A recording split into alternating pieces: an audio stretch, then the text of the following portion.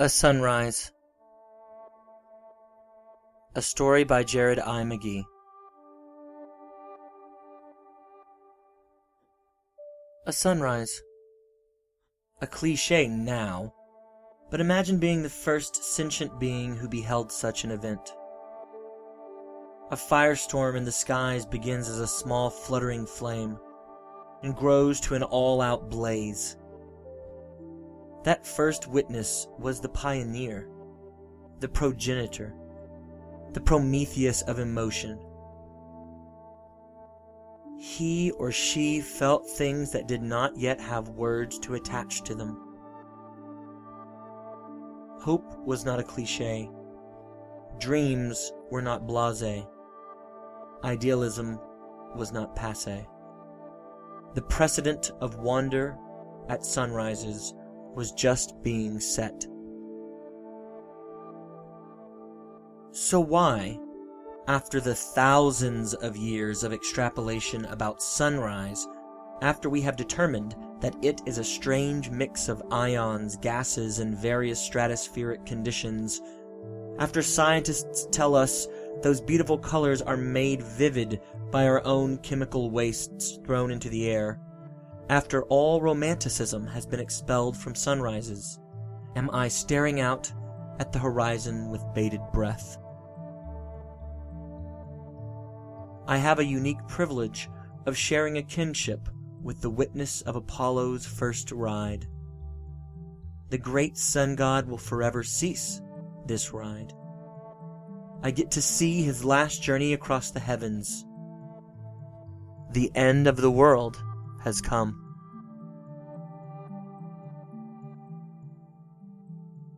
Hey bruh, you done with the 45s? Sure. Dude, killer. There's a real shortage of the 45s this morning. We are the chemists who found the formula to make your heart swell and burst. You know, I could have played college ball, I just didn't feel like it, you know? God kinda led me not to. Man, I could have gone pro, I'm telling you, dude. It wasn't God, you dumb fuck. Don't use him as an excuse for your own shortcomings and cowardice. Every morning, it is the same thing. A group of men with overly developed V-shaped torsos, complemented by two pigeon legs, strut about pretending they aren't checking themselves out in the mirror, pretending they aren't staring enviously at other men's bodies, and very soon pretending they aren't sizing up the other men in the shower in some pitiful attempt to feel like they are more masculine than the other guy currently looking at his penis, who is simultaneously comparing and thinking the same things. Insecurity abounds in this place. Amid the overtly homoerotic visual cloak and dagger games, there is intermingled stale conversation and fruitless physical activity. One more rep on the bench will simultaneously save your soul, make you live longer, and bestow the answers you have been seeking. How is the weather? How is today's workout? Your daughter is 30 already? Lost futures that were most likely never a plausible possibility. Who will win the next sports event? Why we need a new basketball, soccer, football coach. Football always takes precedence, of course. Can you believe the girl on the lap machine? These are the conversations that pepper the lives of these pitiful men on this, their last morning.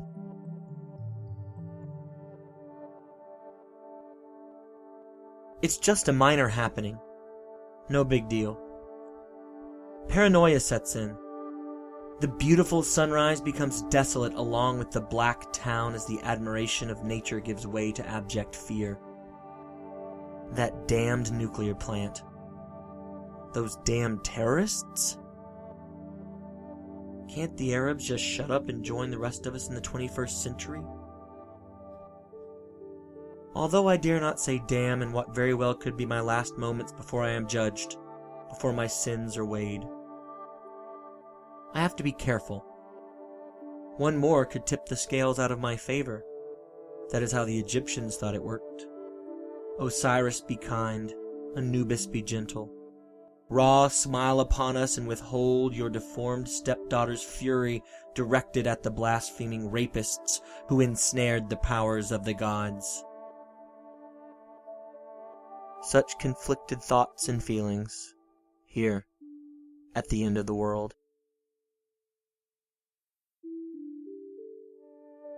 I am having a true contemplative moment, here at the end of my world. You can turn your devices off, but there is still the ever-present, near inaudible, but wholly noticeable hum of a plugged-in and charged world. Not this morning. Flip the switches as many times as you want. This morning, each miserable creature is isolated and forced into thought. I celebrate this. My mind, my stunning genius, is finally without distraction. Before I am turned to dust and our world is sent into nuclear winter, I can write what should have been the most lauded thoughts since Aristotle. I can finally dispel the personal demons, the distractions, the inconsequential bullshit that all dominate what little time modern man has in this life. It is time to take those roads not taken, to drink life to the lees, to, if only for a moment. Eternity can be found in a moment, some enlightened man somewhere once wrote. So many eternities lying in the waste bin, scooped out with coffee spoons, condoms, and contention. Any moment, a siren will come, signaling doom. Oh, you are supposed to flee for a safe zone, but if anyone set the plan off, the whole of Arkansas would be a hole in the ground. Oklahoma will mourn, but they too will burn in the fallout. Texas will empty, her inhabitants heading west in fruitless attempts to escape the pain. The South will be the first martyr as the world is consumed in flames. John was right.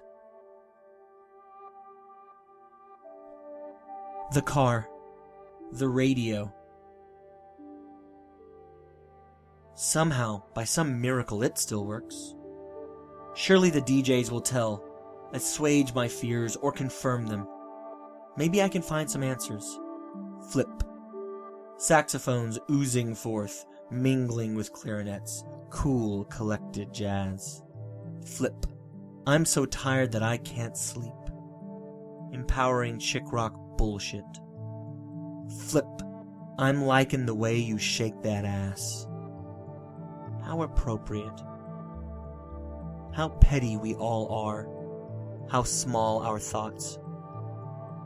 I am trying to find out what kind of death awaits my family and me, while some douchebag DJ at an insignificant Arkansas radio station is playing Good to Fuck 2 rap songs.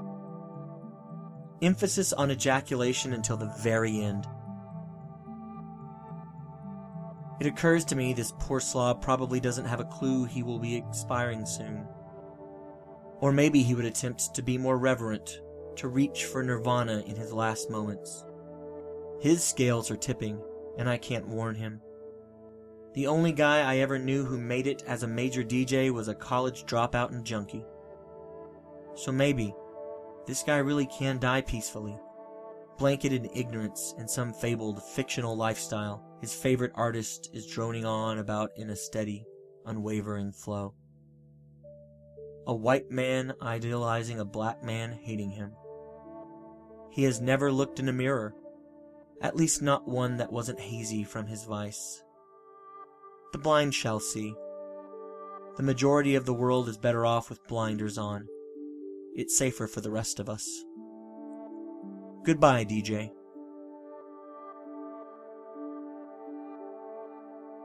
I am trapped, entombed by circumstance.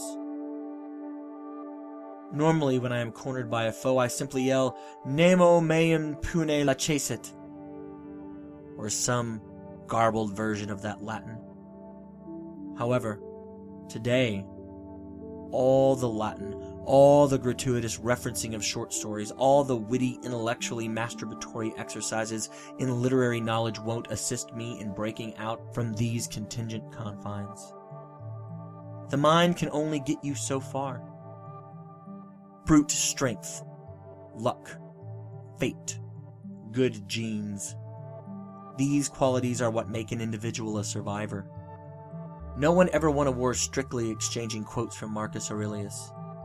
However, one could argue that God is not an Englishman, but rather enjoys their linguistic superiority to most of the world. That is an asinine idea. The mind wanders, setting the precedent for the soul. Paths are being cleared. Animus, exit. When the curved tower smoked, people in town thought it was a joke, a routine, something that they had seen on the news at least twice before. Or was it 3 times now? When the second plane hit, people screamed. They tied up the phone lines trying to speak with their loved ones, or at least the ones they thought loved them. Their next-door neighbor could care less, but Mommy will care that I am in danger.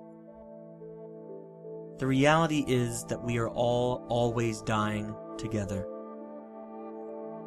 In this situation, that death is more pressing, more direct, yet the calls still go out, reaching across the miles for understanding, while the only possibility of expiring with an ounce of dignity and appreciation for the situation lies within the tear-filled eyes of that damned spick next door, of that whore that plays her music too loud, of all those nameless faces who pass you constantly mending your walls.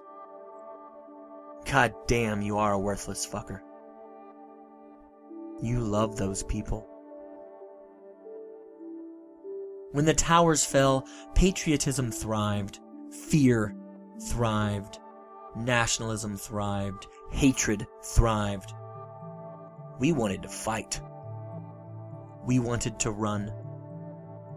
The varied emotions mingled in a dust cloud that covered a city and spread across a nation and then over the surface of the earth. Yet, as mayhem reigned and terror cried out in ecstasy, there were moments of stillness. Several. There was more silence than noise at one point. The cacophony took pause. The silence was palpable, captured for posterity by innumerable cameras present that day. Eliot was right and wrong. The world will not only not end with a bang, but not with a whimper. And so the greatest moments of our generation pass in silence.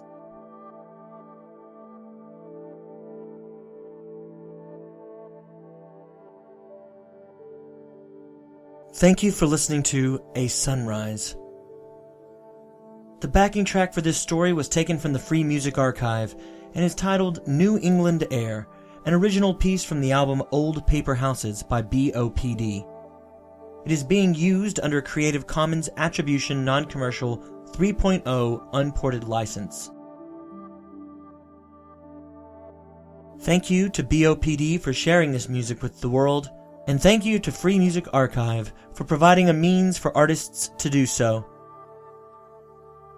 Please stick around for the final story for this week, The Knowledge Keepers.